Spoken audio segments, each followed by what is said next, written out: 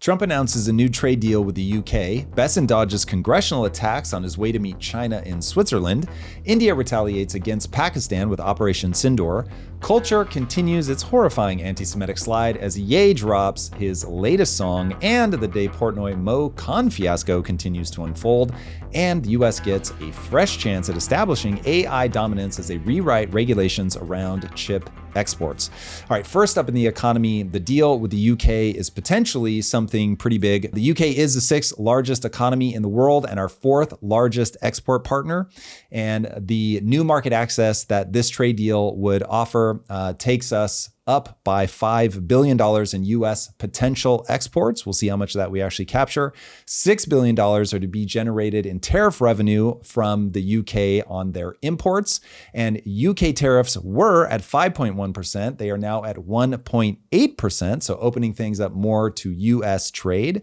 And U.S. tariffs were at 3.4% and are now at 10%. So Trump feeling like he got a big win there, started at 10%, ended at 10%. In terms of post-Liberation Day. Lutnick gave a ton of praise to Trump for being a deal maker who actually gets things done. Though if I'm really honest, the way that everybody talks to Trump gives me the heebie-jeebies. It is always this sense of, oh, we never would have gotten anything done if it weren't for Trump. And I cannot figure out if this is just how people talk to presidents. I don't think so. Or if this is you learn how to deal with Trump. No matter what it is, I am not the biggest fan. I think the awesome thing about this is the saving face. I remember you said a bunch that when it comes to trade deals, half the time politicians are going to politic. So Keir Starmer went live in front of the whole labor force in the UK and had a whole gang of people behind him like, yes, this is good. We're bringing steel back to the UK. This is not going to impact us. Howard Lutnick was talking to the reporters saying we started at 10%, we ended at 10%. So it seemed like each side had something they could go back to their constituents with and say, see, I fought for you and I won. So it seemed like it was a net positive. It is certainly important, like from an entrepreneurial standpoint, if you're negotiating something, you very much want to put yourself in the other person's shoes and go, who are they going to have to explain this to? They're going to have to go home to their wife and sound like a hero. So what are the things you're going to give them that allow them to have a story that's very compelling to their people? We'll see if Trump can pull that off. It was very fascinating to watch him with Canada and Mark Carney and how different he was when he was saying that Canada's a 51st state and just like constantly trolling those guys.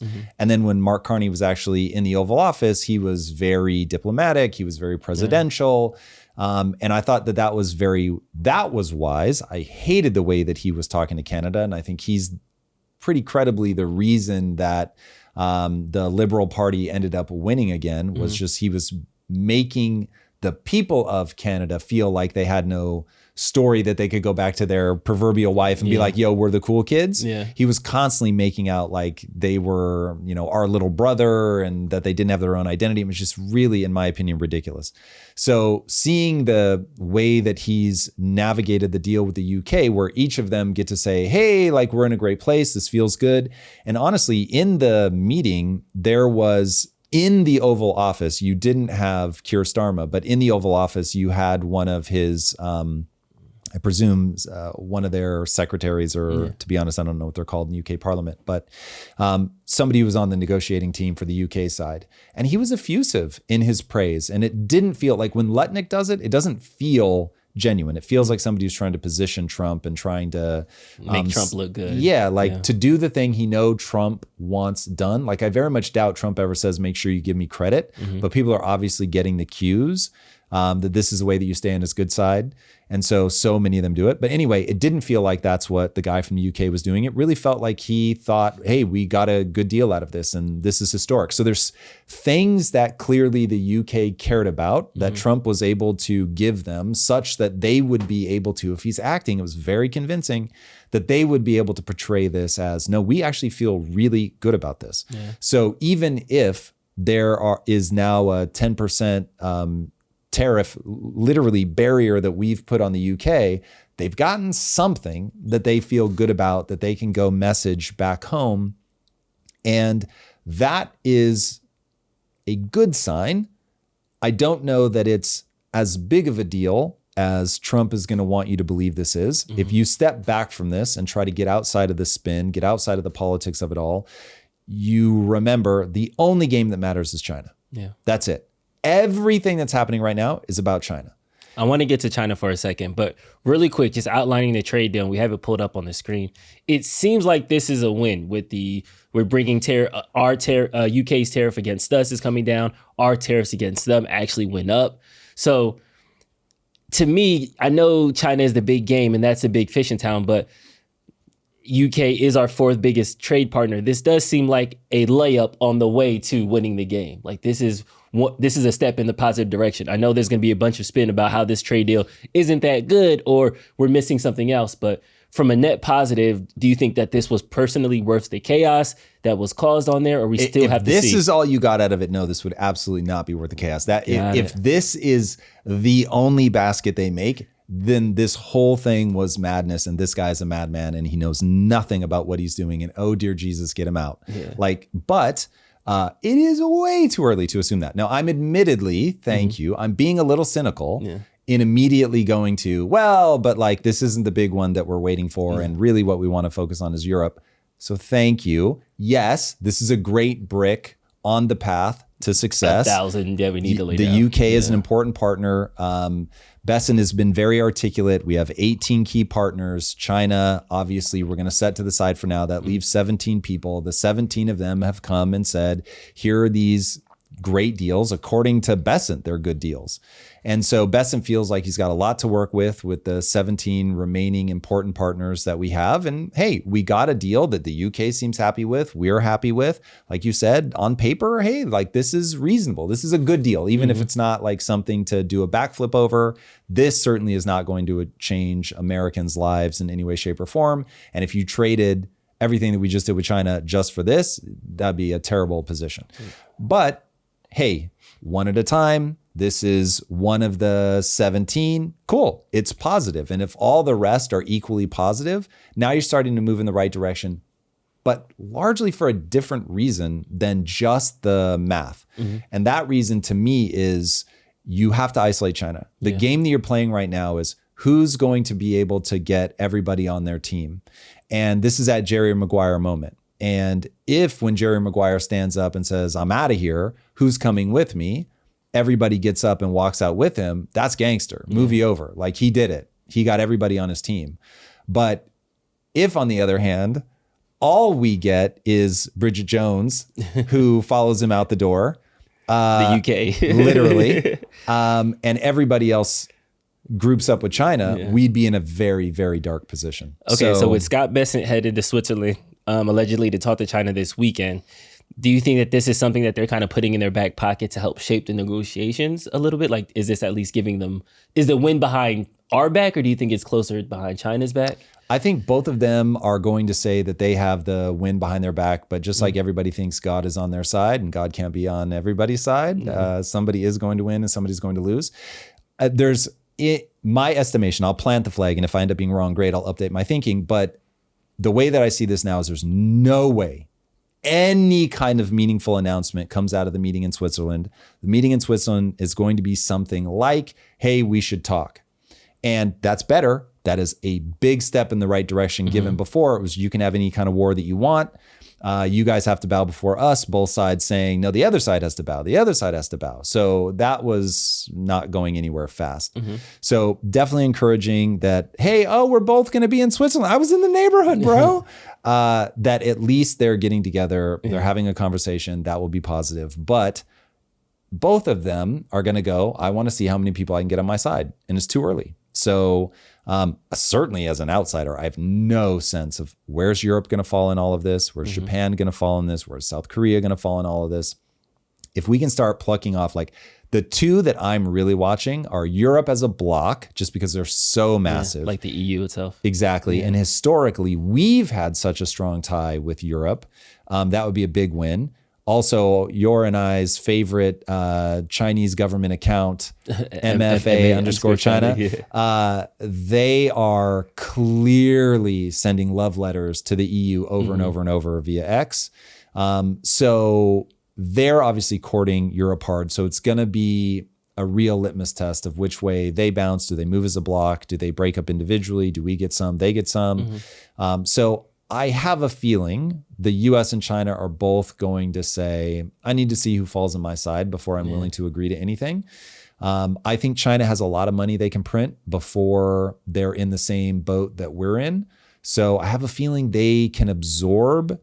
Where does that come from? Like they have a higher GDP to debt ratio? Like where do you? Yeah, exactly. Yeah. So they're they just haven't in recent years, they haven't had to print as much money as we have. So now we can export our money printing, our inflation to the world in a way that they can't. But while I haven't done a super deep dive on that at the headline level, it really does feel like they still have more dry powder than we have. If we will do prints, there's no doubt about that. But if we had to do like COVID style printing right now, I think it'd get pretty dicey very, very fast. Yeah. And I have a feeling, admittedly, it is a feeling, gut feeling at the headline level that they have that kind of dry powder, that they just have more dollars that are not dollars, but yuan that they can print. So, and they do have that like Trump card, the Uno draw forward card that they could just press the communist button if they really want to and just be like, okay, now we're all doing this and this is the new policy and that's it. And sorry, you're losing your business. You're going hungry. Tanks are rolling out in your neighborhood because we don't like how much you're protesting. I mean, let us not forget Tiananmen Square, where it was like, okay, we've had enough protesting and we literally are shooting you in the face. So they are willing to play cards that we are not willing to play. Now, I don't think Xi Jinping would ever do that casually. Like it really has to get dramatic. But I believe he would do that long before he would just give up control. So we'll see. It'll all play out. I don't have any credible reason to believe that China is anywhere near that. You're going to start hearing a lot of noises about, no, their economy is a lot weaker than they want it to be. I don't know, man. Again, I'm being spun to high heaven at all times. So I tend to think that this will be a period of pain for both the U.S. and China. I don't think it's a slam dunk on either side. The U.S. is obviously going to try to get you to believe it's slam dunk on the U.S. And Bessent says what, and I believe that this is true. I just think he's not giving the full picture, which is that whenever you have this kind of trade war, whoever exports less will be hurt less by an embargo. So, and that's true. And China exports roughly 4 times more to us than we do to them. So it's going to be more painful for them. But like you said, some of this gets balanced out by the fact that they can just say, no, companies, you are going to keep paying your employees a minimum amount. Employees, you are not going to get new work somewhere else. You're just not going to do it. Things that we can't do on our side. So they have different shock absorbers than we have. We have some as well. So there is going to be a resolution, but I don't think it's a slam dunk in either direction. What's the best case scenario with this trade war? Best case scenario from an American standpoint is that you get China to stop being a currency manipulator, because basically the U.S. position is really pretty simple. China has been able to artificially create an environment where they win and everybody else loses. Now, because we get cheap things from them, we think, what do you mean? We're win-win-winning. Let me explain why that's not true. So China is able to, through communist tactics, suppress the wages to their workers. So they keep costs artificially low because they're willing to do things like on the Foxconn building, they just put up nets so people can't commit suicide. Imagine that. Imagine that in the US. No way. It's just not going to happen. People are just not going to work. But when you're forced, then it's like, well, the only thing you can do is literally make it impossible for people to kill themselves. Once you have to start doing that, if impact theory had to put up nets to keep people from killing themselves, we are doing something very wrong. So you would put them in a position where they can no longer manipulate their currency. They can no longer artificially suppress wages. They can no longer use the IMF and the World Bank to get a most favored nations treatment as if they were a developing nation and not arguably the biggest economy in the world. I get that that's a controversial statement. If you're in China, that's self-evident. If you're in America, it's like, hey, wait a second, it's not true. And that spin, they're a peer. Whether we're exactly the same, whether they're a little ahead, a little behind, it becomes pretty irrelevant pretty fast. We're in the same batting class. Exactly. We're in the same league. So you would eliminate all of those artificial advantages that they have created for themselves, and you would stop them from dumping because they've built up so much capacity. They can output goods so cheaply, it becomes absolutely impossible for anybody who's focused on low prices, which of course everybody in the world is, from ever being able to get an industry going inside of their own country, because your own countrymen, Americans, are going to look at you sideways and be like, why would I buy a flat screen made in America when it's more expensive? That doesn't make any sense. Like, I want the cheap one. And so given that, especially in the West, we say we want people to pursue that free market. So I'm not going to say that Trump is trying to create something fair, because I think Trump is using chaos, is using the 800-pound gorilla status to get what's good for America. So let me not overstate what's happening here. But clearly, from where I'm sitting, China is doing things to advantage themselves that all of us would go, that's pretty icky. And if we were doing it, the world would be very pissed off. So eliminating all of those tariffs, eliminating the non-tariff trade barriers, doing all of that. So now we can actually compete. And if we can't make better things, then fine, forget it. Like, we couldn't make it as well as them, and we deserve to lose, quite frankly. But if we can be on a playing field where we can now actually compete, that's important. Now, where I literally don't care, if we artificially move things in our direction so that now we're doing the very things I'm saying they should stop doing, there are certain key elements of manufacturing that we have to have in the US. We can't lose the AI war. So anything tied to that, China can't be in a position to choke you out. And by the way, I completely understand why China would say we can't be in a position where America can choke us out. And we have been depriving them of AI oxygen for a very long time. So I get why they would want to fight back against that. But we've got to get out from under that. Drones. Dude, modern warfare is chips and drones. And right now, drones, the entire supply chain is controlled by China. So even if you're designing it here, your supply chain is almost certainly going through China. The refining of rare earth minerals, which again, your whole modern way of life is tied to that. So we can get the minerals now, conceivably from the deal that we just struck with Ukraine, but we can't refine them. 95% of that's still happening in China. So there are things like that, pharmaceuticals. There are things that if we do not wean ourselves off of dependence from China, they can choke you out. We are, sorry, it just is true. We are in some stage of Thucydides' trap with China right now, where we are headed toward, we're in economic warfare, and escalation to kinetic warfare is very much on the table. And if the way to guarantee that it continues to escalate is to not prepare yourself for it, because you look like the weakened enemy that's easy to take out. So you've got to build up your might on that side. So says me. I'm very grateful that there are other people that think through this problem and come to a different conclusion and will push their ideas as hard as I push mine. Longtime listeners will know that I'm very consistent on that. I want to be convincing without necessarily convincing everybody. You need tension between ideas. But that is the rough ballpark of what perfection would look like from our side. And then how do we navigate this moment? Because this is, like you said, one of 18 potential trade deals that we need to make. We're going to hear this was a slam dunk. Next week, we're going to hear this is the worst deal ever. Tomorrow, somebody's going to give you 1,000 reasons why this UK deal is bad for America.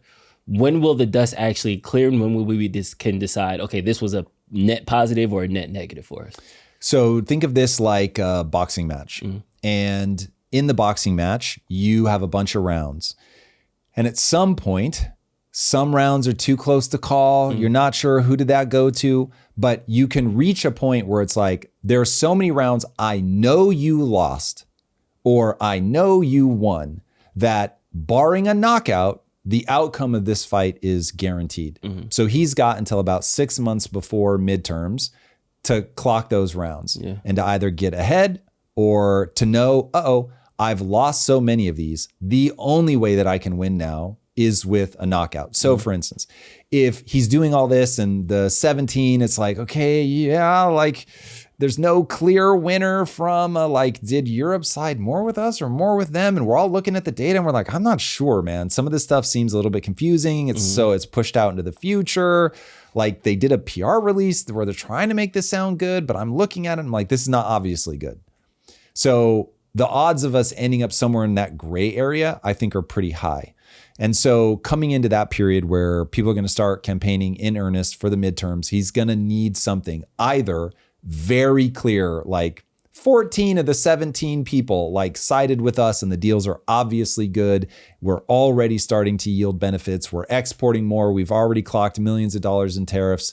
We've already clocked billions in tariffs, billions more in exports. Cool. We can see the wins. It's on the scoreboard. Otherwise, your deal with China has to be dope. And if your deal with China is not awesome and it's not done by the time people start campaigning for midterms, he's just lost too many rounds to pull it off.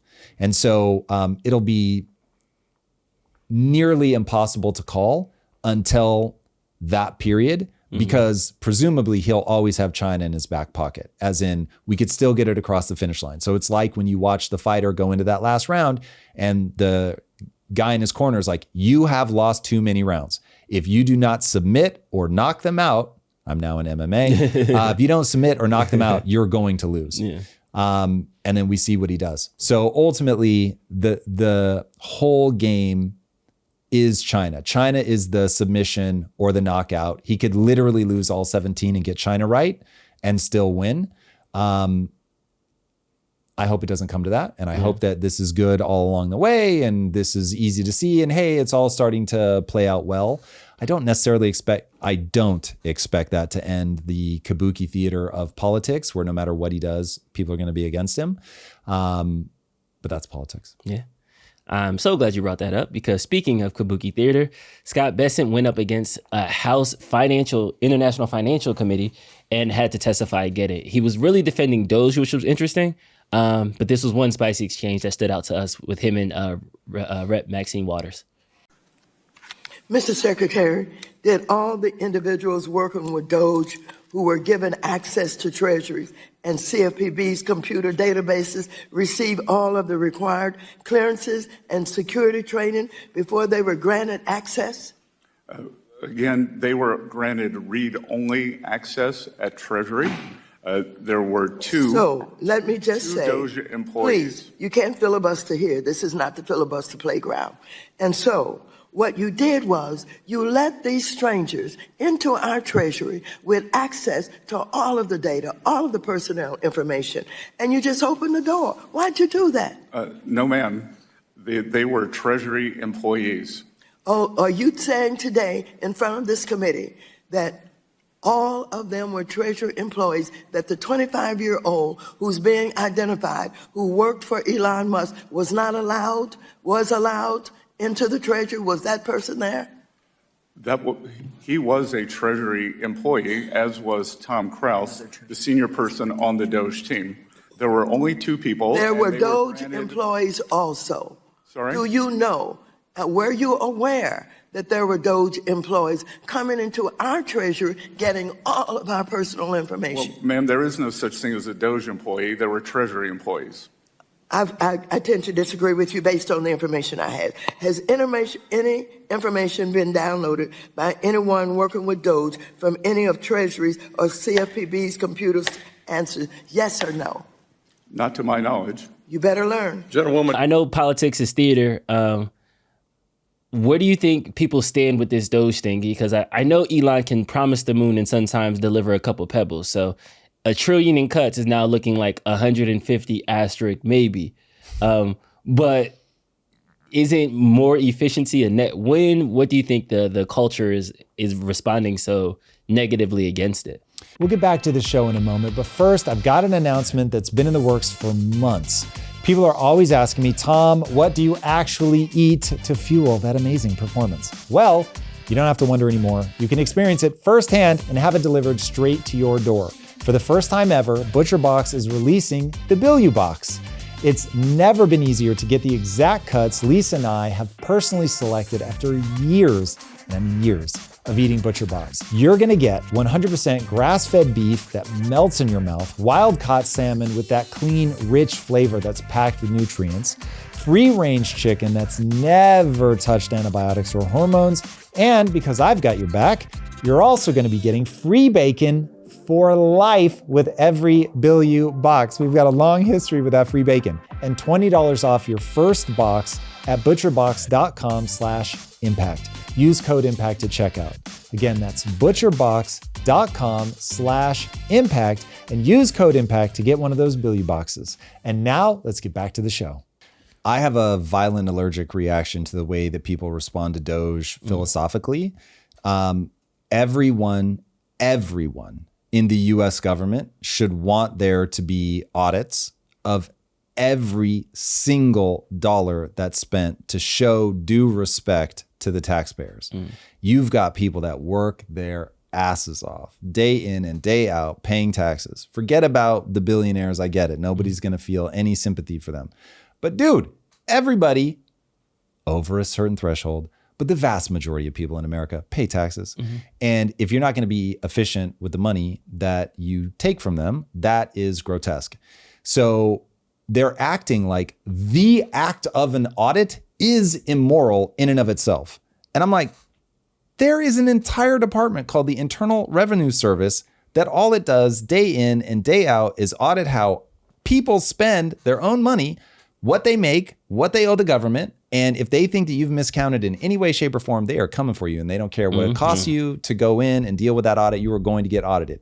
And all of a sudden, it's like the government is, hey, I better get mine. So it is a grotesque, immoral, and it happens on both sides. Both sides do this ridiculous kabuki theater where they are constantly trying to get gotchas.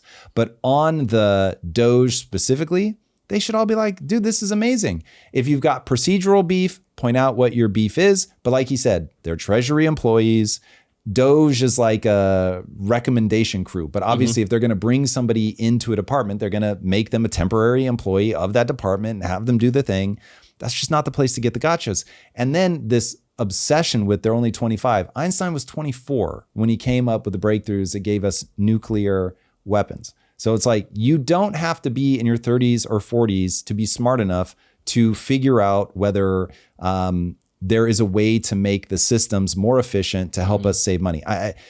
Again, it's just political theater. Everyone is guilty of political theater. The one around efficiency, though, admittedly, really winds me up. Like, this drives me crazy. Okay, but he is accessing personal information, these 25-year-olds, these unvetted employees. Is there a security risk at the very minimum that these guys are coming in and looking at financial payments, how we're spending money? Sure. I mean, anybody could take something out, but I can pretty much guarantee you if you do a litany of fraud, abuse, in terms of people gaining access to the system, it's not going to be, because they work for DOGE or because they're young. It's going to be they have poor character. They are trying to enrich themselves at the cost of everybody else. And so if you have reason to believe that one of these kids is actually doing something with the data, like they're scamming it and they're selling it or whatever they're being accused, then pursue them. Like, report it to the Department of Justice. The Department of Justice runs an investigation. We find out if it's actually true. But I have a feeling that these kids, I keep calling them kids, these guys know the level of scrutiny that they're under. These are people that are so bright and so tech savvy, they could be making gaggles of money anywhere else. And they are doing this partly because they want to help Elon, which is wise. If you're trying to make your way in the world of technology, having a chance to impress Elon is a very smart way to go about it. But I also like to believe they really just want to make the government more efficient because it's good for them. And if they plan to have kids, it's good for their kids. So this is one where, man, hold your firepower for something where ideologically you disagree. Like, at a values level, you think this is crazy. Not where it's like, do you want the money that the government collects to be spent to the highest, most efficient use for the American people, yes or no? Every single one of them is going to say yes. And so it's like, cool. Then if you have an idea that is better than the way that they're doing it, then put it forward. And I don't see why they wouldn't take it. But if it's just all this, like, harping on about they're young, they can see things. Dude, I guarantee these people take their credit card to the dumbest places without using a VPN, and they don't think twice about it. They'll surf the internet without a VPN. Like, it's crazy. Yeah. So they're worried about it now because it's politically useful to be worried about it. Why should we want DOGE to win? You said something that like it's going to be better for them and better for their kids. How is DOGE being successful better for our kids? Okay, so the government doesn't make anything. The government takes from everybody else who does make money. I'll try to do this in a nutshell really fast. If people could understand the following thing as a miracle, they would understand why you should be very suspicious of how much the government takes in tax. People make money because they're a part of a chain where people can take inputs, car parts. And by having created a system for the design of the car, the way you put them together, the dealerships, all of it, the whole string of how these things come into the world and get sold, they're able to create something on the end where people go, oh my God, I would rather give you the whatever $22,000 to have that car than to have to like try to go make it myself. Like that's just so impossible. And so they manage to take inputs that output something that's worth more than the actual inputs themselves. It is so hard to do that. And if you don't believe me, try to start a company. Over 90% of all companies ever fail. And you're taxing the people that are working for the companies that have managed to do this miracle. But somewhere along the way, we started thinking of people that build successful companies as greedy capitalists, not as people that pull off a miracle of being able to do the extraordinarily hard work of finding a way to make the output of a system worth more than the inputs. It is ridiculously hard. And so when you take money from those people, hey, fair enough. I want to live in America. I want America to have a government, but be efficient with the use of that dollar so that my kids grow up in a place with incredible infrastructure that creates opportunities and educates them and keeps them safe. That's why. Is DOGE actually going to get us out of debt though? Or is this like virtue signaling? Because as much as I want the government to be more efficient, the Pentagon hasn't passed the audit yet. So there is certain things that I think need to happen in conjunction with DOGE. And I don't want to just give DOGE the blank check to do whatever it thinks is necessary to. DOGE is never going to get us out of debt by itself. This is always a 1-2 punch of be more efficient. It's actually 3. Be more efficient, reduce the amount of things you spend money on, full stop. And then you have to make more. We will never balance the budget unless we increase the growth rate. So right now, I think they're predicting 1.8. You got to push that. You got to be 4, 5. You've got to be up at those numbers. And the only way that you're going to get there is being more efficient will definitely be a part of it. Modernizing the tech systems of your government, which Elon always sort of jokes that he's tech support, and that's what DOGE really is. But I mean, they're getting people to make software solutions for the government for free. It's incredible. So everybody should want that. Everybody should want the government to be easier to interact with as an individual. But DOGE is a part of the equation. And hey, if we look at it and we go, this is primarily a tech support, sure, we save 150 billion annualized. That's still massive. But it's not the $1 trillion that we wanted it to be. Okay, but does that mean that we're mad at the 150 billion?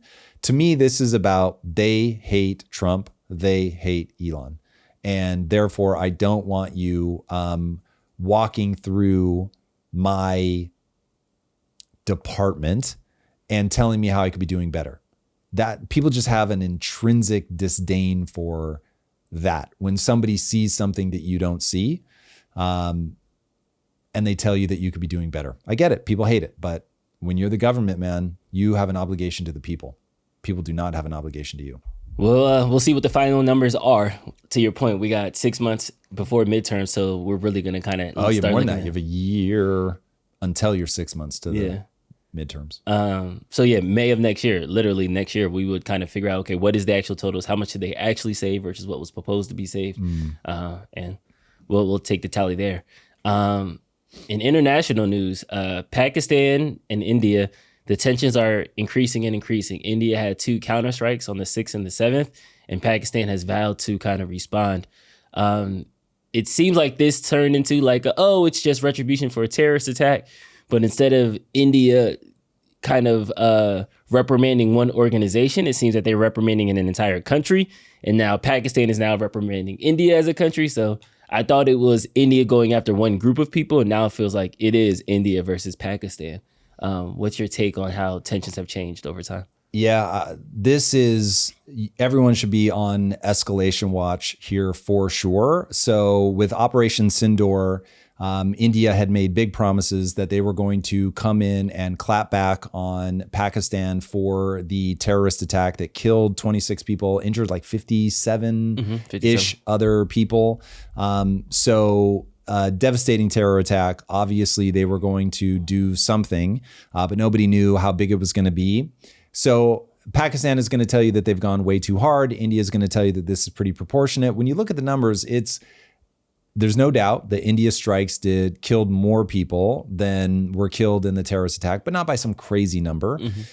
So my hope is now at this point that cooler heads are going to prevail. China, at least on the surface, does not seem to be taking a strong stance, which is good. So they've been known historically to have a bit of a complicated relationship with India, given that they're, from a demographics perspective, they're rivals. From where they sat in the as a place to go for cheap labor, there was a lot of rivalry there. You see Apple is going from, China's now got tariff problems. Where do they move? They go straight to India. So there's like a complex relationship there. China has signaled a closer relationship to Pakistan historically. Yeah. So you've got China saying, hey, we're not going to try to insert ourselves. We're not going to try to be the mediators here. You've got Trump. In fact, we have a clip that we should play of Trump saying listen, you're going to have to let them fight. So my hope is that at this point that people step back, they urge restraint, they don't involve themselves so that this becomes a part of the bigger China v. U.S. beef. That would be bad. Yeah. Here's a Trump clip. And they're fighting each other. I said, why don't you let them fight? Why are we getting in the middle of it? I said, let them fight. Sir, we want to do it. They go in and they end up fighting both of them.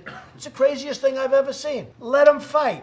So, yeah, I mean, let them fight, maybe not my most ideal choice of words, but at least this isn't proxy wars. That is the thing I think we want to make sure this does not become. But they are nuclear powers. So if it doesn't find a natural calming point, I think people are going to have to step in. There should be exactly 0 people on the entire planet that want to see countries go nuclear. So yeah, that would be very bad for reasons that I hope are patently obvious. That was my next question. I feel like with Israel, Palestine, we're like, we care, but it's been happening since the 90s. So it's like, yeah.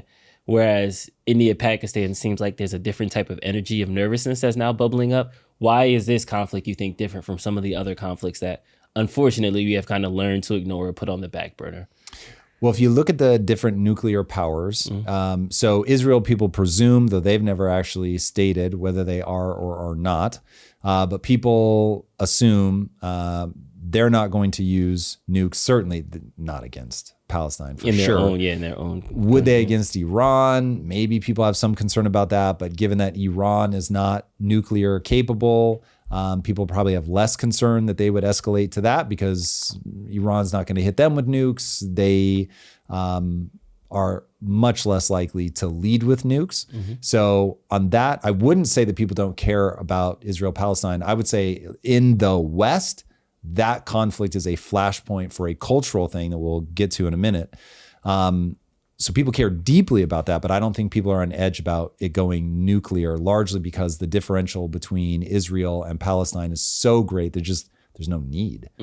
Iran, I think, is a bigger question mark for people. I think you would feel way more nervous energy if Iran announced that they are now nuclear. That would be instant, overnight. People are, whoa, very worried because of the tensions specifically between Iran and Israel. So that one would not be good. Most in the West, I think, would be pretty clear they don't want to see that happen.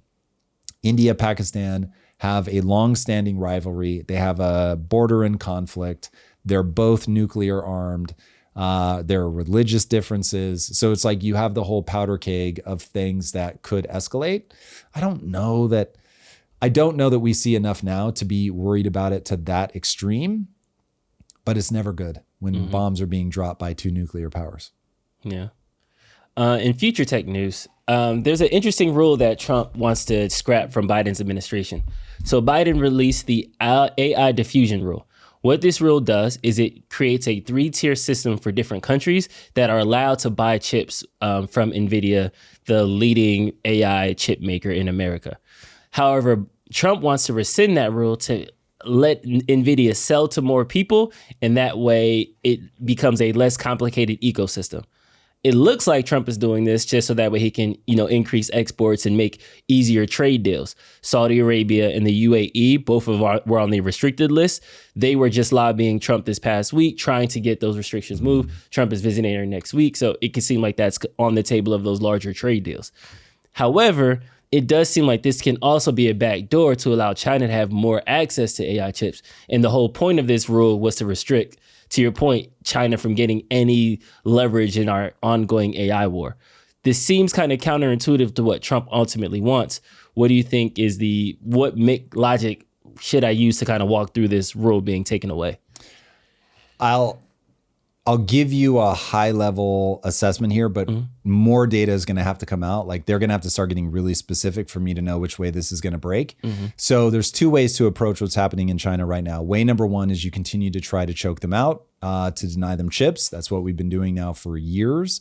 And that has pushed China to begin manufacturing their own chips and to push the country most known for the ability to do scaled state-of-the-art manufacturing to go, oh, I see, we're going to have to become state-of-the-art scaled manufacturing of chips.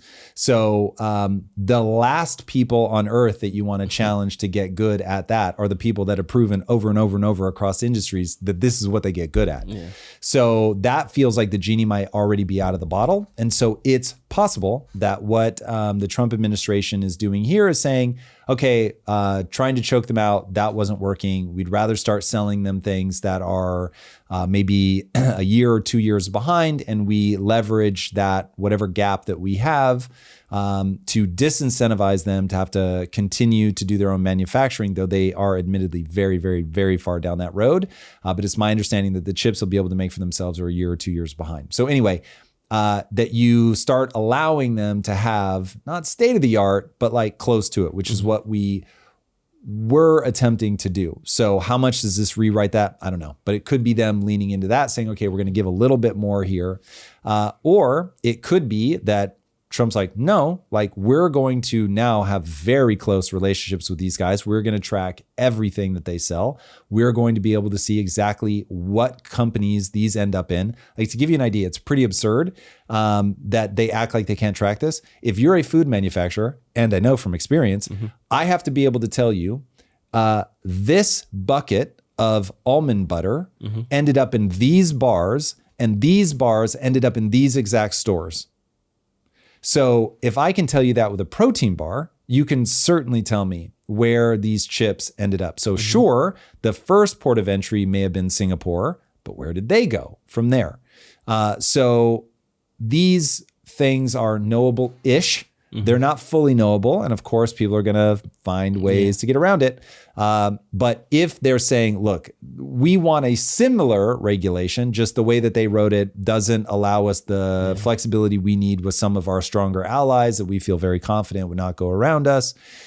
It's probably something like that. I think the cat's out of the bag on manufacturing for China. I think China's going to control their own destiny.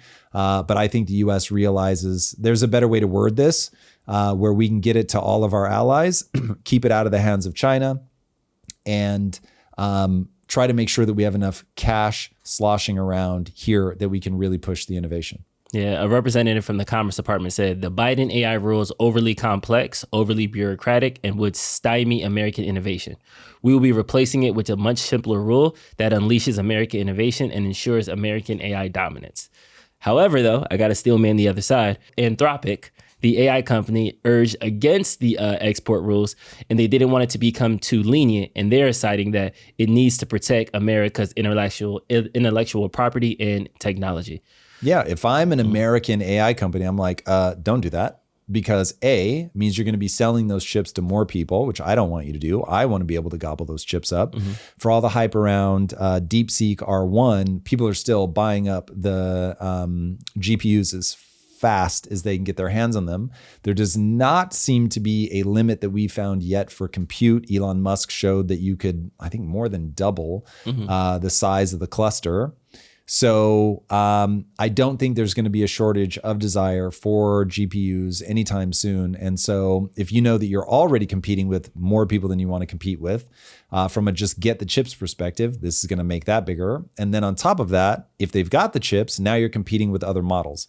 And companies want to be monopolies, just simple as. Now, we as consumers don't want them to be monopolies, but they themselves want to be monopolies. Yeah, so we'll take a quick closer look at that. In culture news, there's something very, very weird happening. A matter of fact, let's start with the easy one first. I am so curious to see which one you think is easy. We have a new pope. Oh, okay, that is easy. In culture news, we have a new pope. Cardinal Robert Prevost is a new pope, and he will go by Pope Leo XIV. He's a Chicago native. He went to Villanova, and he just became the first American pope. First American pope in the house. America's back, man. We're winning, even on international level. Indeed. Congrats to our man there.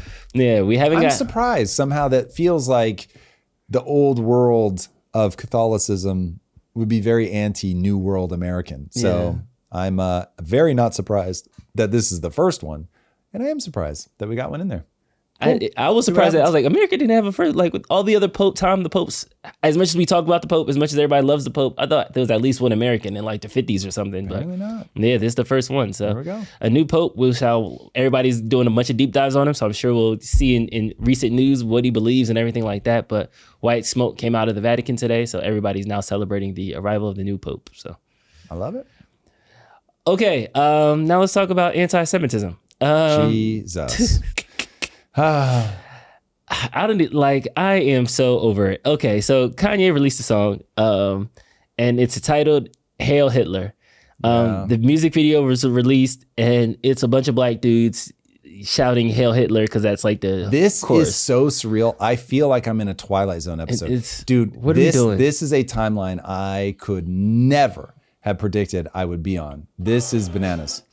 What are we doing? So when you look back in history, when a culture begins to get sick, and you know my thing is largely from debt, they end up, as a sign of their sickness, which seems obvious to me, they get hyper-tribal and they turn on somebody. When you take Rwanda, they obviously, I don't know if they have a population of Jews, but that wasn't who they turned on. So it's not always the Jews. But when you start turning on Jewish people, bro, it every alarm bell you have should be going off in your head. Yeah, every alarm bell you have should be going off. It is a sign of a culture in deep trouble. And then this is off the back of the Mo Khan, David Portnoy beef. This past weekend at the Barstool Sansom Street Bar in Philly, a Fuck the Jews bottle sign was brought out to a table. So when you buy a table, you can put whatever you want on the sign. This 21-year-old named Mo Khan decided to put Fuck the Jews on the bottle. At that time... That's so crazy. That's already just crazy town. Just flat out that. So I'm here to party and that's what you want to put on the sign? Anyway, keep going.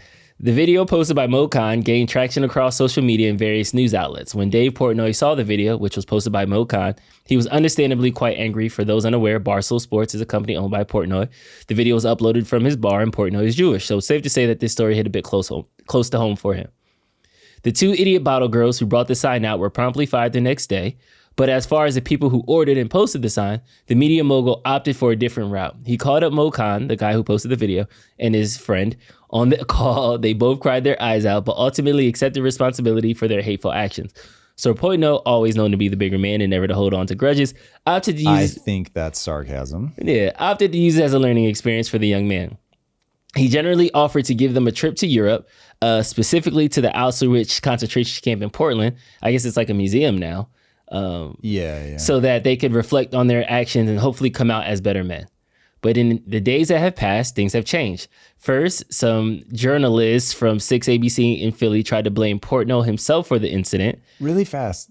Who wrote this? Team Portnoy. Okay, so that's why somebody it says wackadoo journalist. I'm trying to like which jump you were around. very kind to cut out. Yeah. But, okay. So keep going. And then Mo Khan tried to distance himself from our responsibility, ran to his parents, and is now trying to play the victim and raise money for himself through a video statement where he tried to read a PR statement likely made by ChatGPT. Hey, I'll have no aspersions cast on ChatGPT. Yeah. In conclusion, it seems that this Dave Portnoy tried to reach out and say, hey, Mo, we can make this a learning experience. Mo has went the other way. He has done news press now with one very anti-Semitic journalist that he literally says, like, is this Jew supremacy that you're experiencing? Oh, God, this is horrible. So Mo Khan kind of broke the other way, and instead of using it as a learning experience, seems like he decided to just be a grifter and raise money now. He has a Go Send Go account, which is similar to the account that Shyla Hendricks and Carmela Anthony's family used in the past. Yeah.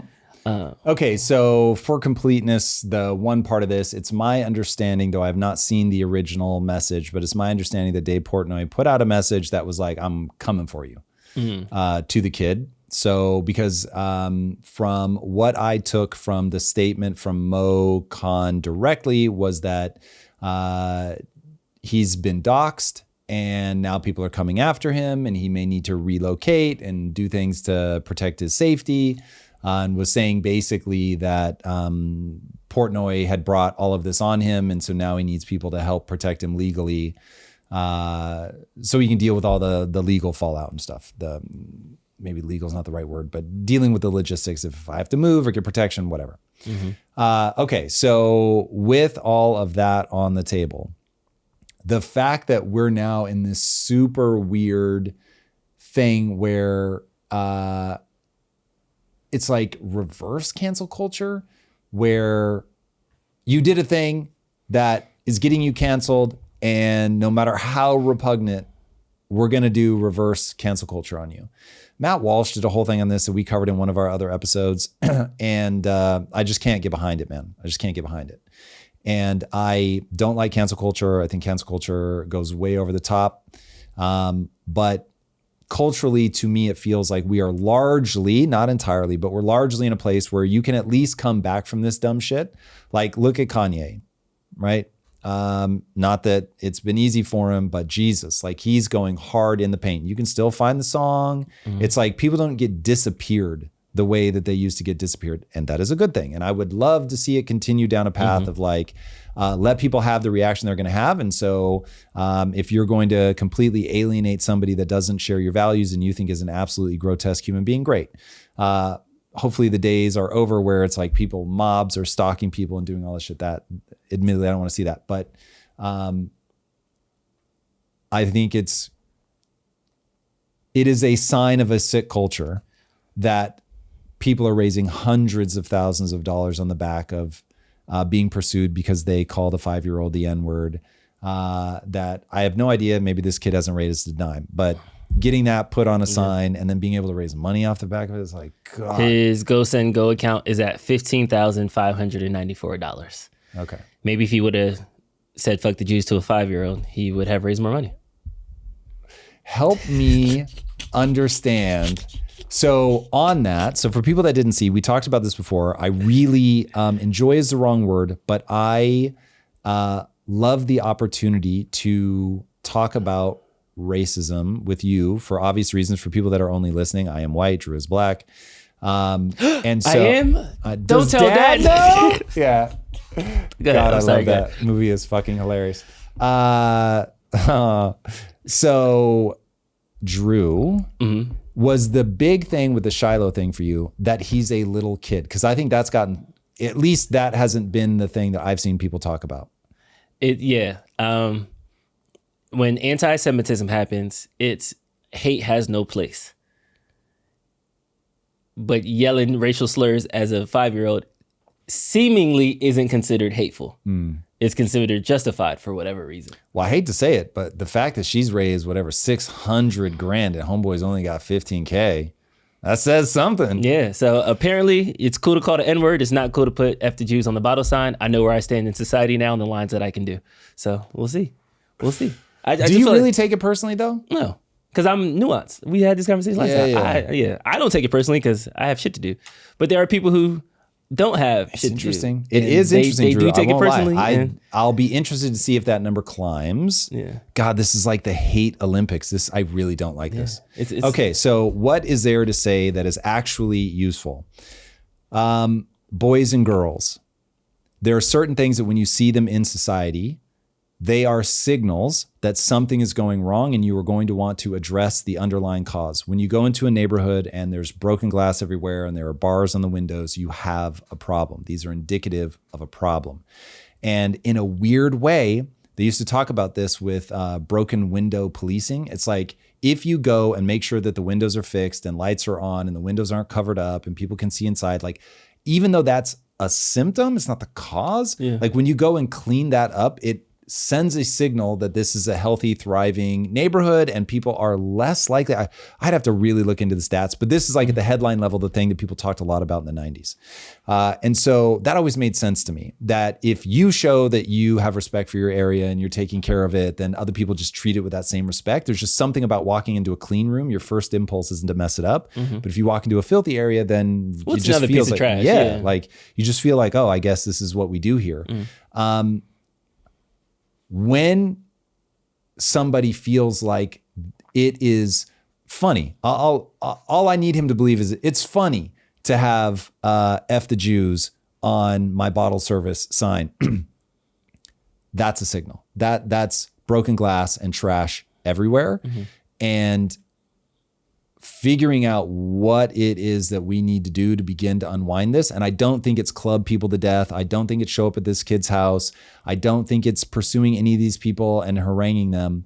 But we have to recognize that this is the escalation pattern. I mean, listen, to talk about the Jewish people just because this one's a lot easier, like pogroms, man, they're real. They happen. Like, what's the pogroms? Break down for us. This is where a society will begin having problems. Take what went down in Germany. So all of a sudden, Hitler decides, read Mein Kampf. Hitler decides for us to get out from under the Treaty of Versailles, to regain our rightful position, we've got to deal with Jewish people. And so we are going to basically start targeting them, isolating them, passing racial laws against them. It, needless to say, escalates to the point of just outright murder and extermination, genocide. But it's not where it starts. And so pogroms are the moment where the culture turns and they start attacking, often taking from, killing Jews.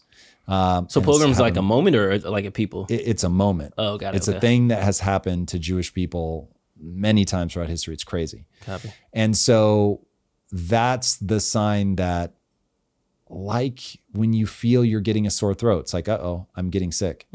This is that. Like, this is a really bad sign that things escalate and they go somewhere really fucking dark, and that humans have it in their soul to go down that very dark path. And my hope is that merely seeing it and going, oh shit, this is a signal of something, that people will understand it for what it is, back way the fuck off. If your read of it is, oh, ha, ha, ha, like this is just a funny thing, bad, dark. If your read is this transgressive because we're not allowed to talk about it, we should be able to talk about anything that people can talk about sincerely. But putting that on a sign is not talking about it. I don't think Kanye's song is talking about it. And we should probably dive a little bit deeper on the Kanye song. in terms of one of the things that you hear is, you hear the words, but you don't understand his pain or like what he's going through. And what I'm saying is the Lex interview I thought was really deft. And even though Lex took a lot of shit for interviewing Kanye, I thought he really nailed it when he said, when did he interview Kanye? I mean, this is maybe 2 years ago. Oh, okay. It's a while ago. Okay. And he said, Kanye, I'm not saying that a Jewish person or multiple people who did bad things to you aren't Jewish. Fine. But you're conflating that with that being the nature of Jewish people.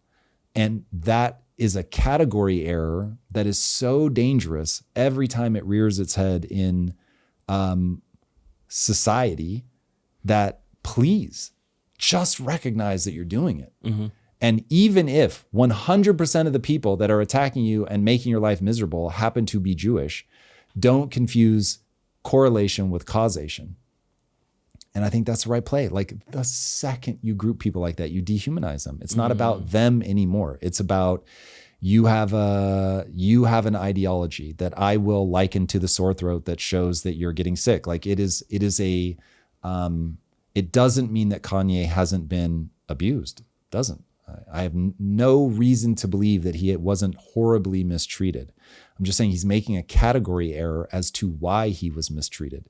And it goes somewhere dark so fast. Mm-hmm. I feel the same way about that I feel when people are like, I wouldn't want my daughter to marry a Republican, or I wouldn't want my son to marry a Democrat, or whatever. Yeah. It's like, you're assuming that everybody that is part of that class is the same. Yeah, like, it's crazy. You are definitionally dehumanizing them. You're just looking at them as a group. Yeah. Like, you're looking at something and you don't see a person. You see an avatar. You see a representative of a thing that you've told yourself a story about. Mm-hmm. And now that person gets caught up in that. And it's so terrifying.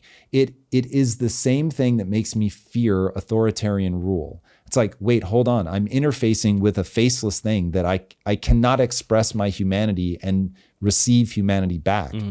And that is why bureaucracy is terrifying. That is why when people are grouped by their identity, it's terrifying. That's why lynching is terrifying. That's why pogroms are terrifying.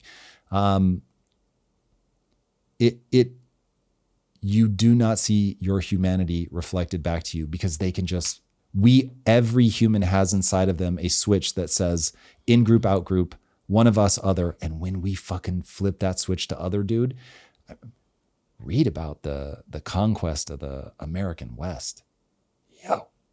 Like, what Native Americans did to us, what we did to Native Americans, inhuman on a level that's like crazy. And when I read those things, I go, oh, wow. The architecture of my mind is capable of that. That's scary. But because I look at myself as a biological creature, I'm like, well, way too many people. There's a book called Ordinary Men, about how ordinary German guys were turned into assassins that, like, normal cops could take a pregnant Jewish woman out in a field and shoot her in the back of the head. Just be like, but they were so traumatized. Yeah. But yet they did it. And so it's like, yikes, we have that switch in our brains. And I'm trying to sound every alarm bell that I can that this is a signal of a problem. That was deep. I'm gonna leave that alone. That's all I got.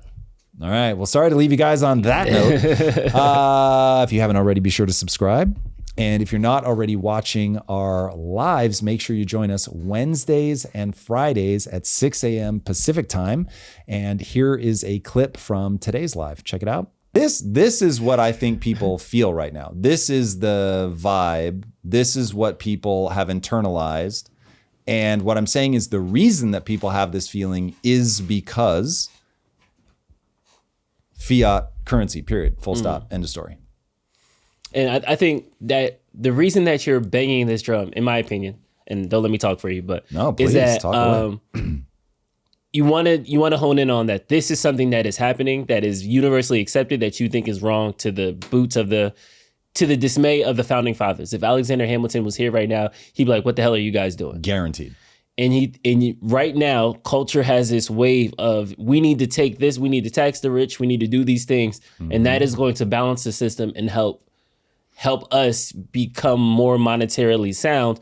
And you're saying that is a downstream symptom, and you're not addressing the root issue of the disease that is causing us things to get perverted, like asset classes, and the correct. rich to get richer and poor to get poorer that way.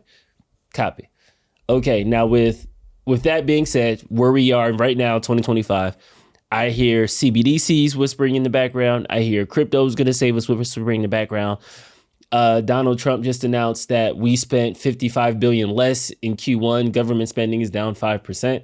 It's not it's not a huge number, but we're spending less than we have before. Is there anything on the landscape now that is giving you cause for optimism? Like, if we can do this a little bit more, it can help kind of reset that scales? Or do you think the exit ramp is going to be debt jubilee, blood war? Like, there is no non-violent solution that we can get our way out of this? I'm going to answer that shortly, and then if you will allow me to go deep. I would love for you to go deep. I would appreciate it. Okay, the short answer is, all I see is darkness stretching out before us, and this is going to be a very bad time. Okay, now I operate in my life that you become whatever you repeat. And so if I allow myself to repeat on a loop that this is all darkness and it's going to be bad, then it really will be bad. And I will live a bad time all along the way. And that's suboptimal. So I am trying to find a space where I stare nakedly at what is really true and what's really happening. And what's really happening is that we are, as far as I can tell, we really are at the end of the big debt cycle. This is how countries go broke. When countries go broke, it ends in bloodshed. I don't see the exit ramp. I don't see it yet. I want there to be one. Now, maybe at the societal level, you just have to stop thinking about it. And maybe this is time for me to return to my roots and think only about the individual. And just go, okay, here is what everybody should be doing in their life. Think about it this way, approach it from this perspective, get some gold, get some crypto, watch what Warren Buffett is doing. He's got a history of being very shrewd about these very disruptive times. He's super in cash equivalents. And he's looking for that moment where there's blood in the streets, and then he's going to buy. And all of us should probably be doing the same. So put yourself in a super defensive position, be very cautious, wait for when the downturn isn't like, oh, if we hit the bottom, when it's like, oh shit, people are panicking and freaking out and everything collapsed. People are screaming. It feels like 1929 after Black Monday. Like that's what you're looking for. And that's when you buy. That's probably the right play. And by the way, in the interim, love your family, figure out what the things are that you're passionate about, pour yourself into them, do those things, and just live as beautiful a life as you can with your eyes open so that you can position yourself well. That's probably the right answer. I have, admittedly, the more I look into these things, and let's take today's jaunt. So I come in hot and heavy about it's unconstitutional. We go through it. It's early enough. There's probably more to look at. But right now I'm willing to accept that, no, this has been ruled on. The Supreme Court has said, regardless of what you, Tom Bilyeu, think, the Constitution says this is what you pay us for. And we're telling you it's fine. And the world is around that. And so I go, okay, well, that argument isn't going to get me anywhere. So people are going to be able to shut that down and say, no, it is constitutional. Okay. So then don't waste time with that argument. But then I move to, there's a reason I'm beating this drum. And I'm beating this drum because I can certainly protect myself from these realities as much as I can. But other people are going to get mauled. And the only reason that I started doing financial content was because when COVID kicked off, That was not long after having had 3,000 employees. 1,000 of them grew up in the inner cities and knew nothing about how to manage their money. And so I thought, ooh, let me make content that will help them and people like them. Obviously, I wasn't doing it just for them, but let me do content that will help people through this difficult time. And then I realized, the other shoe never fell. What happened?